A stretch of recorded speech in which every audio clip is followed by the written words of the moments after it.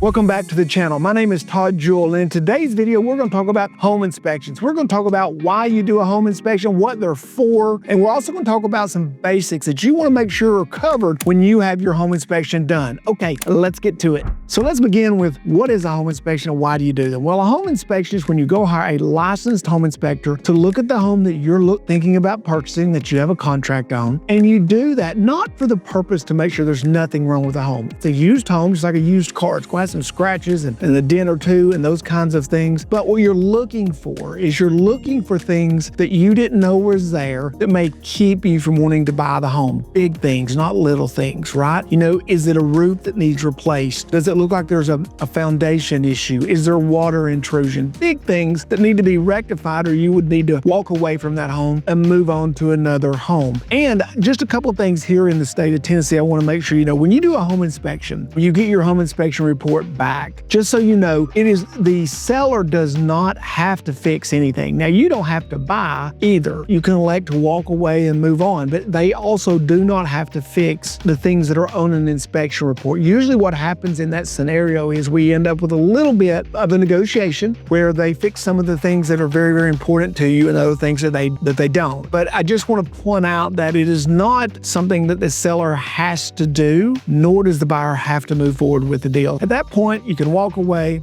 you can renegotiate the deal, or you can take it as is. Okay, now what I want to do, I want to talk to you about 3 areas that are really important when you're doing your home inspection. So the very first thing that you're going to do when it comes to a home inspection is you're going to hire a licensed home inspector. Very important, not a contractor, not someone who works on homes, but a licensed home inspector. They know what they're doing, they know what they're looking for, and they have the tools to be able to find things that you can't see with the naked eye. So the first thing we're going to do is you want to make sure and hire a licensed home inspector. That's something we help you with while you're here. Now, in Tennessee especially, or here in Tennessee in the Knoxville area, when it comes to hiring a home inspector, we'll give you a list of some home inspectors and we can help suggest some other folks. But at the end of the day, you're going to have to reach out to those people and engage them directly. They do that on purpose because they want to go over what they do and don't cover in a home inspection, as well as what the costs are associated with those. And then they'll have you sign a form with them saying they've gone over those things with you, and so that you fully understand what they do not cover in a home inspection. So the first thing you're going to do is hire a licensed inspector, and then you're going to engage that inspector directly. Now, what does a home inspector generally look at? Well, they look at